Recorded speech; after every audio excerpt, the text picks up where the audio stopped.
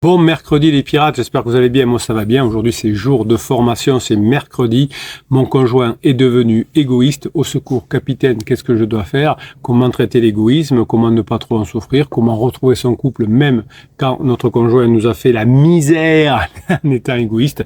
On en parle toute cette semaine dans la formation que vous retrouvez dans le catalogue parmi les 135 formations que vous avez en descriptif de cette vidéo.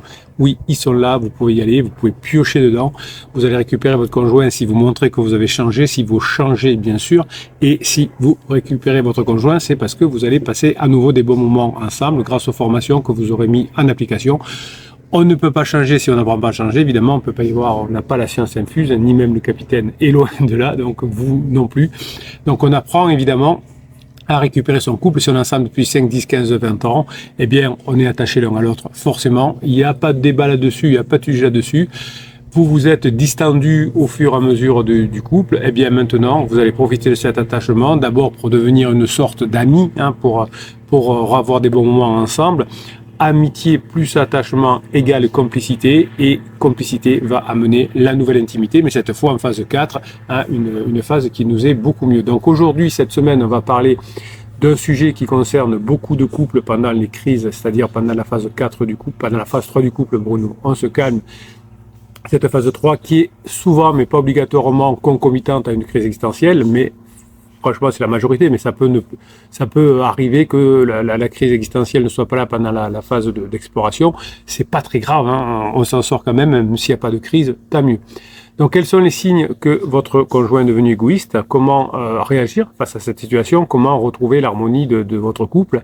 Eh bien, c'est ce que nous allons voir cette semaine dans la formation sur Au secours, mon conjoint est devenu égoïste. L'égoïsme, c'est un trait de personnalité, qui se caractérise par un intérêt excessif pour soi-même, puisqu'on est très en souffrance pendant la phase d'exploration et pendant les crises existentielles, et donc on est en souffrance, et donc on est excessif pour soi-même, un intérêt pour soi-même, moins pour ses enfants, moins pour son conjoint, et évidemment c'est au détriment aussi d'amis, du boulot, etc. Donc on pense à soi, on pense à faire la fête, on pense à aller voir pansement, mais on pense pas tellement aux autres. Donc cet égoïsme que vous allez étudier pendant cette semaine pour le contrecarrer, entre guillemets, revenir ensemble, peut se manifester de différentes façons. Oui, vous souffrez quand votre conjoint est égoïste, parce qu'il a un manque d'écoute, il a un manque de respect, il a un manque d'empathie, il a un manque de générosité. Vous êtes en manque d'affection parce qu'il ne donne pas d'affection, etc. Toutes ces parties, on va les détailler dans la formation que vous retrouvez en descriptif de cette vidéo. L'égoïsme, évidemment, va avoir des conséquences néfastes sur vous. Vous allez souffrir, vous allez être frustré, vous allez avoir du ressentiment, vous allez avoir de la colère, vous allez avoir de la tristesse, vous allez avoir de la déception. Et si vous n'étiez pas tombé sur cette team et cette famille de pirates, si vous n'étiez pas tombé sur les formations, bien peut-être que vous seriez séparés, divorcés dans l'avenir, puisque vous savez qu'autour de vous, il y a beaucoup de couples qui divorcent, même à la quarantaine, à la cinquantaine. C'est parce que souvent, on n'arrive pas à gérer ces moments de crise. Alors pourquoi devient-on égoïste? Qu'est-ce qui se passe dans le cerveau d'une personne égoïste? Comment faire pour changer cette attitude de votre conjoint et retrouver l'amour? Eh bien, on va finalement ensemble le travailler toute cette semaine. Évidemment, pour aller chercher le catalogue des formations, vous l'avez en descriptif de cette vidéo, mais pensez aussi à vous abonner à cette chaîne, évidemment, pour que vous puissiez avoir toutes les vidéos qui vont vous aider à mettre en place ce que vous apprendrez dans la formation. Donc je vous propose un petit exercice pour évaluer le niveau d'égoïsme de votre conjoint. C'est un questionnaire finalement qui va vous faire réfléchir. Je vais vous le donner dans cette vidéo. Votre conjoint est égoïste s'il domine souvent les conversations, s'il ne vous laisse pas parler. Alors, des fois, vous êtes égoïste aussi parce que vous parlez beaucoup, parce que vous êtes en souffrance, mais votre conjoint parle beaucoup. Votre conjoint vous interrompt souvent. Quand il est égoïste, votre conjoint refuse d'écouter ce que vous avez à lui dire. Et rapidement, il lève les yeux au ciel, il dit « ça c'est bon, allez, je ne veux plus en parler ». Votre conjoint fait passer ses besoins avant ceux de ses enfants, souvent, et puis les vôtres en particulier. Votre conjoint ne se soucie pas des problèmes que vous avez, des difficultés, parfois même des difficultés financière, puisque votre conjoint fait la fête, dilapide le pactole que vous aviez mis en place, a pris un deuxième appartement qu'il ne peut pas payer, etc. Votre conjoint est égoïste parce qu'il prend des décisions sans vous consulter. votre conjoint essaye de contrôler ce que vous faites, ce que vous pensez. Non, mais de toute façon, hein, tu fais pas d'efforts, tu veux pas aller voir l'avocat, votre conjoint évite les discussions qui sont sérieuses parce que ça se termine en conflit. Votre conjoint ne s'excuse jamais. Ça vous fait mal quand même. Hein. Souvent, vous dites, j'aimerais bien qu'il s'excuse, qu'il demande pardon, mais ça n'arrive jamais. Hein. Quand il vous fait du mal, c'est pas comme ça que ça se passe. Vous avez aussi cette difficulté financière, car quand votre conjoint est devenu matérialiste, il ne pense qu'à lui, qu'à dépenser son argent, il ne montre pas d'affection physique ou verbale, il ne vous remercie pas, il ne vous complimente plus, pardon. Il ne fait pas d'effort pour se réconcilier après avoir boudé, après avoir fait une erreur, après avoir s'être disputé. Il ne se préoccupe pas de votre santé ou de votre bien-être. Votre conjoint ne cherche pas à s'améliorer, ne cherche pas à apprendre des choses nouvelles. Votre conjoint cherche constamment l'attention, la reconnaissance des autres, mais pas chez vous, hein, de pansement notamment, ou de sa bande de copains un peu jeunes, un peu jeunistes. Votre conjoint est fier de lui parce qu'il dit « mais je sais ce que je veux faire ». Votre conjoint ne s'adapte pas hein, au changement imprévu. Il dit « non, mais c'est comme ça et moi je ne changerai pas et c'est fini, etc. » Donc si vous avez 2 ou 3 phrases là que je viens de vous dire et qui vous parlent, hein, votre conjoint ne se préoccupe pas de votre santé, de votre bien-être, il ne s'excuse pas, il n'a pas d'affection, etc. Hein, donc parmi les 10 que je viens de vous donner, eh bien, c'est que cette formation va vous aider à sortir de ce piège-là, hein, de l'égoïsme de votre conjoint. Il y a une solution et dans chaque chapitre après chapitre de la formation, on va arriver à démêler hein, les effets et à chaque fois comment on peut se rapprocher de son conjoint. Donc, le premier signe que votre conjoint est devenu égoïste, c'est qu'il domine les conversations et ne vous laisse pas parler. Hein, il parle sans arrêt de lui, de ses problèmes, de ses opinions, ou alors du coup, il parle de rien. Hein, il s'enferme, il répond pas, il boude, il fait des silences radio, etc. Donc, soit il parle que de lui, soit il parle pas du tout. Quand il parle sans arrêt de lui, de ses problèmes, de ses opinions, de ses envies, il ne se soucie pas de ce que vous avez à dire. Et ça, c'est valable aussi vers la fin de la crise, hein, au moment où ça commence à être la phase d'épuisement, où il ne vous pose pas de questions, il ne vous écoute pas attentivement, il ne tient pas compte de vos réponses, il pense que ce qu'il dit est plus important que ce que vous dites. Hein. C'est le côté mon conjoint est têtu, hein, que vous me dites, mon conjoint, vous avez une formation, hein, si votre conjoint est têtu, vous avez une formation complète.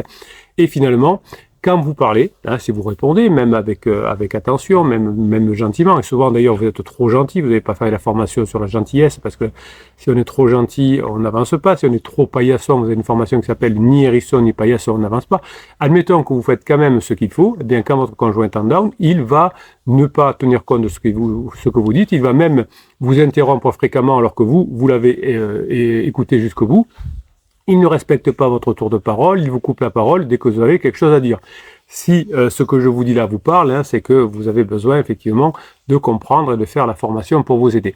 Souvent, votre conjoint n'attend pas que vous ayez fini la phrase, il impose son point de vue sans vous laisser exprimer le vôtre. Il pense que ce qu'il dit est plus intéressant que ce que vous dites.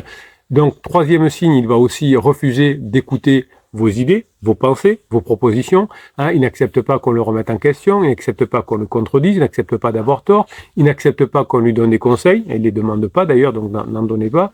Il se braque dès que vous essayez de lui faire part d'un problème, il se braque dès que vous lui proposez une amélioration, même bien pensée. Il pense que ce qu'il fait, c'est toujours bien et que ce que vous faites, finalement, c'est toujours mal. Donc si vous êtes en début de crise, si vous êtes pendant la phase d'alarme, vous en êtes dans cette situation que vous allez démêler grâce à la formation sur l'égoïsme. Donc les 3 signes de problèmes de communication que je viens de vous décrire là font que la relation évidemment vous fait souffrir, elle n'est plus saine, elle n'est plus épanouissante et elle permet finalement aujourd'hui de vous éloigner. Certains d'entre vous même passent par ce qu'on appelle la traversée du désert et voudraient presque ne pas revenir ensemble.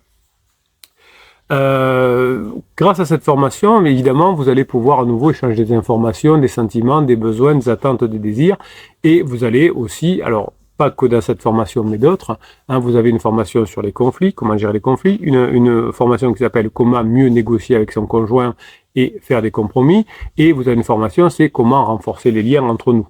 Donc vous voyez que toutes les formations vont vous amener à retrouver votre conjoint, mais cette notion d'égoïsme là est un peu centrale. Donc quand la communication en raison de l'attitude de votre conjoint est rompue, lorsque la communication en raison de la crise de votre conjoint est déséquilibrée, eh bien la relation se détériore si vous ne faites pas ce qu'il faut. Vous avez été un bébé pirate frustré, incompris, votre conjoint se sent supérieur, vous sentez ignoré, dévalorisé, et évidemment le dialogue devient impossible quand vous ne savez pas le faire, et vous êtes un bébé pirate et vous souffrez, et la confiance disparaît, et vous ne savez plus où vous en êtes, et vous souffrez.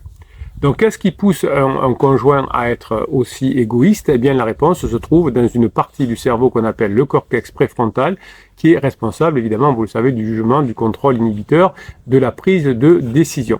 Ce cortex préfrontal est aussi la zone du cerveau qui vous permet, et qui permet à votre conjoint aussi d'ailleurs, de vous mettre à la place des autres, de comprendre leurs émotions, leurs intentions et leurs besoins. C'est ce qu'on appelle aussi la théorie de l'esprit, que on appelle dans des milieux plus simples, l'empathie.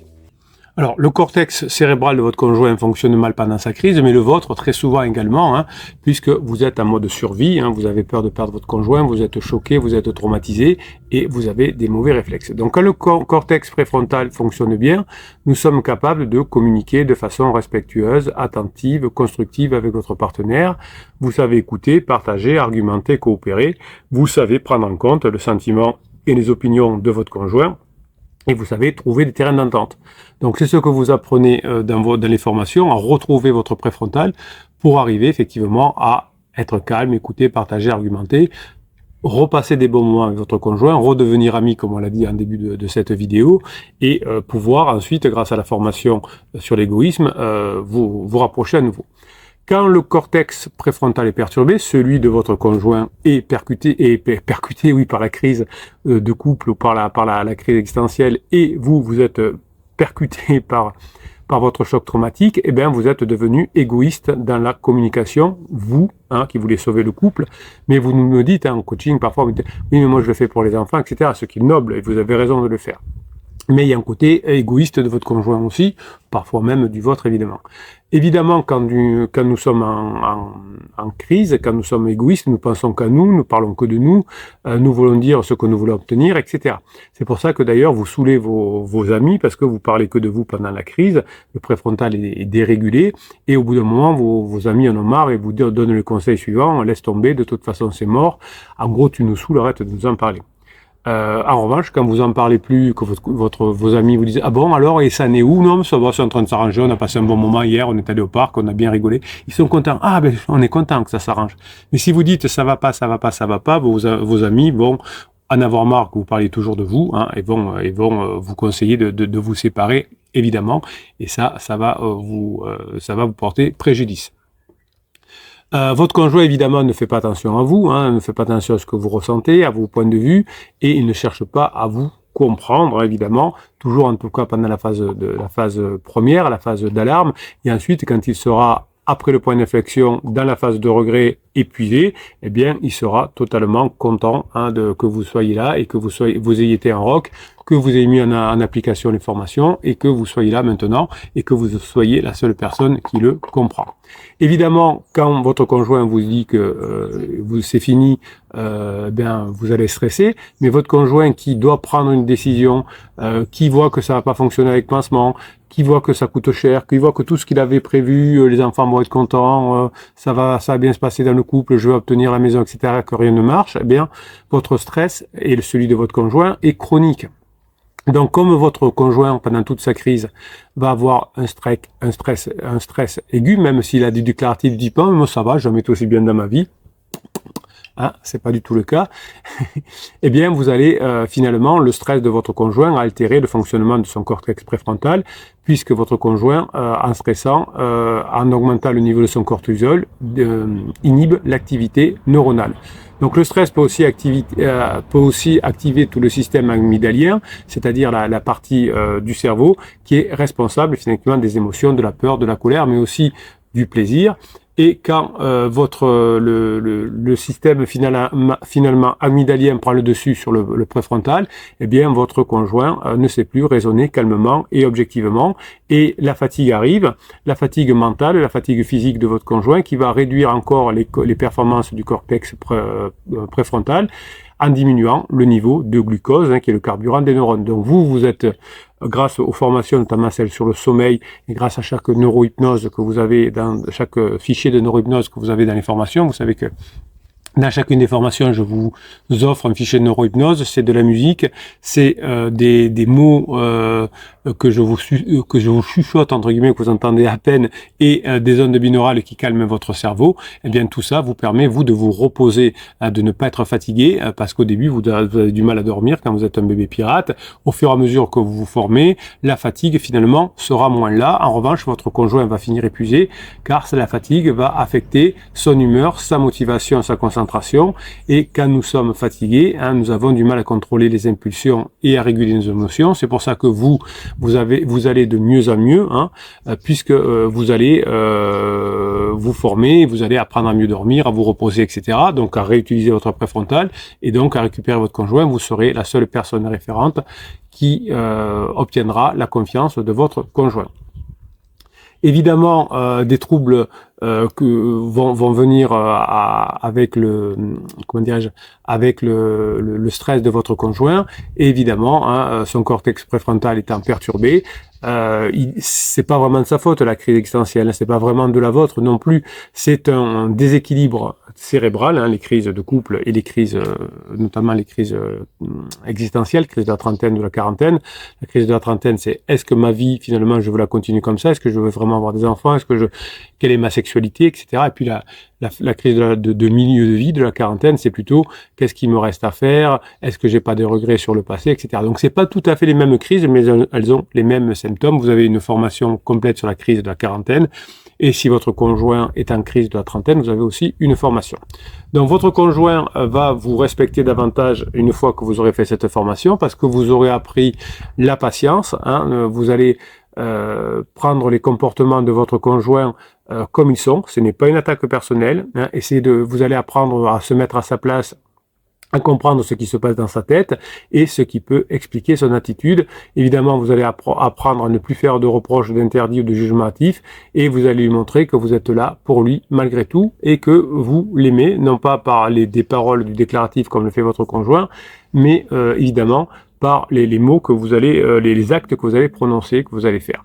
Vous allez utiliser évidemment le bon moment et le bon endroit. Ne cherchez pas à communiquer avec votre conjoint quand il est en down, quand il est stressé, quand il est fatigué, quand il est distrait. Vous avez une formation, c'est comment faire quand mon conjoint est en down. Et quand votre conjoint est en down, c'est qu'il est stressé, fatigué, distrait. C'est vous me dites, c'est quoi down? Stressé, fatigué, distrait. Donc une fois que vous aurez passé ce cap-là, une fois qu'il sera plus calme, reposé, disponible parce que vous prenez plus la tête, eh bien vous pourrez trouver des lieux propices à la discussion, agréables. Donc là, ça peut se faire à la maison, ça peut se faire une balade, etc. Et évidemment, si c'est des conversations sur votre couple, sur la séparation, etc., ça se fera dans un lieu comme un restaurant où on se pose, où il y a du monde autour et on ne va pas se prendre la tête. Donc évidemment, vous allez apprendre aussi dans cette formation à utiliser le jeu, et votre conjoint, vous allez voir quand il est égoïste, il va dire tu, et vous allez dire je, et vous allez apprendre donc à être clair et précis quand vous allez communiquer avec votre conjoint, parce que plus vous serez à l'écoute, plus vous serez ouvert pendant la crise de votre conjoint, plus vous sentirez ce qu'on appelle les signaux faibles qui vont vous permettre de réagir de façon agréable et de façon puissante. Évidemment, vous allez apprendre à ne pas interrompre, vous allez apprendre à poser des bonnes questions, vous allez apprendre à ne pas reformuler, et évidemment, vous allez appliquer ce qu'on appelle la technique du miroir, qui consiste à répéter ce que dit votre conjoint en utilisant ses propres mots. Vous êtes sûr, capitaine? Mais non, on va pas faire des techniques de manipulation à deux balles. Reformulation, technique du miroir, je répète ce que dit la personne. Reformulation, si j'ai bien compris, tu viens de me dire que oui. Alors si, évidemment, quand vous discutez avec votre conjoint au restaurant, par exemple, que vous n'avez pas bien compris ce qu'il dit parce que c'est pas clair, vous dites si j'ai bien compris, est-ce que c'est bien ça? Mais sinon, ne dites pas quand il dit moi je crois qu'il faut maintenant qu'on vende la voiture. Donc si j'ai bien compris, je crois que tu veux qu'on vende la voiture. Oui, imbécile, c'est ce que je viens de dire. Ne faites pas ça. et ne faites pas non plus la technique du miroir, hein, c'est-à-dire de répéter ce que vient de dire l'autre, ou singer les mêmes choses. Quand il se met comme ça, mettez-vous comme ça. Quand il se met comme ça, mettez-vous comme ça. Non, arrêtez de faire ce genre de choses. Hein. C'était du marketing à une époque, mais ça ne fonctionnerait pas. En revanche, hein, vous pouvez trouver des conversations agréables à avoir sur des sujets que votre conjoint aime bien, sur des sujets qui sont légers, sur des sujets qui ne concernent pas vous ou votre conjoint. Eh bien, vous allez, grâce à ça, faire changer l'égoïsme de votre conjoint, parce que tout d'un coup, vous allez l'intéresser, vous allez devenir intéressant. Alors, vous avez une formation sur comment être intéressant si vous ne savez pas le faire, mais voilà, ce qui était un peu superficiel au début, un peu simple, de conversations qui deviennent très légères, eh bien ça va pas casser quatre pattes un canard, vos conversations, mais ça va être un moyen très puissant, finalement, de recréer un climat de confiance, parce que vous allez parler de choses légères, vous allez être sur la même longueur d'onde, vous allez être en harmonie, et ça va évidemment, petit à petit, former chez vous, non plus de l'égoïsme, non plus chez votre conjoint de l'égoïsme, mais maintenant de l'empathie et de la compréhension mutuelle. Donc vous allez vous habituer à chercher des sujets légers, vous allez faire en sorte que votre conjoint ne vous coupe pas la parole parce que vous lui apprenez quelque chose, vous allez faire en sorte que votre conjoint ne vous coupe plus la parole parce que vous êtes intéressant, vous allez pouvoir, grâce à des métaphores, grâce à des anecdotes, intéresser votre conjoint, et tout ça va faire sortir de l'égoïsme de votre conjoint. Alors je vais vous apprendre à le faire dans la formation évidemment, hein, vous allez apprendre encore beaucoup de choses dans cette formation, mais sachez que votre conjoint, pour l'instant, a une priorité, c'est ses propres besoins. Votre conjoint a un manque d'empathie. Votre conjoint a un manque d'intérêt pour vos objectifs, pour les objectifs de couple. Eh bien, c'est vrai que ça demande un manque de respect. Souvent, vous me dites, hein, j'ai l'impression que mon conjoint me méprise, qu'il a manque de respect. Eh bien, il est devenu égoïste parce que son préfrontal ne fonctionne pas. Et vous avez compris maintenant comment vous allez pouvoir reconnecter le préfrontal de votre conjoint à condition que vous ayez reconnecté le vôtre. Et si vous voulez reconnecter le vôtre, vous avez toutes les solutions en descriptif de cette vidéo dans le catalogue des 130 formations. Vous avez aussi sous le catalogue des 130 formations 135, vous avez le lien Telegram, hein, où je vous mets toute la journée des audios, des shorts, des vidéos évidemment, et de l'écrit, hein. Je réponds à 2-3 fois par jour, je vous mets des textes pour continuer à vous donner la grinta, pour que vous puissiez mettre en application ce que vous apprenez dans les formations. Passez le mercredi que vous méritez, mes pirates adorés, je vous kiffe et je vous kiffe grave.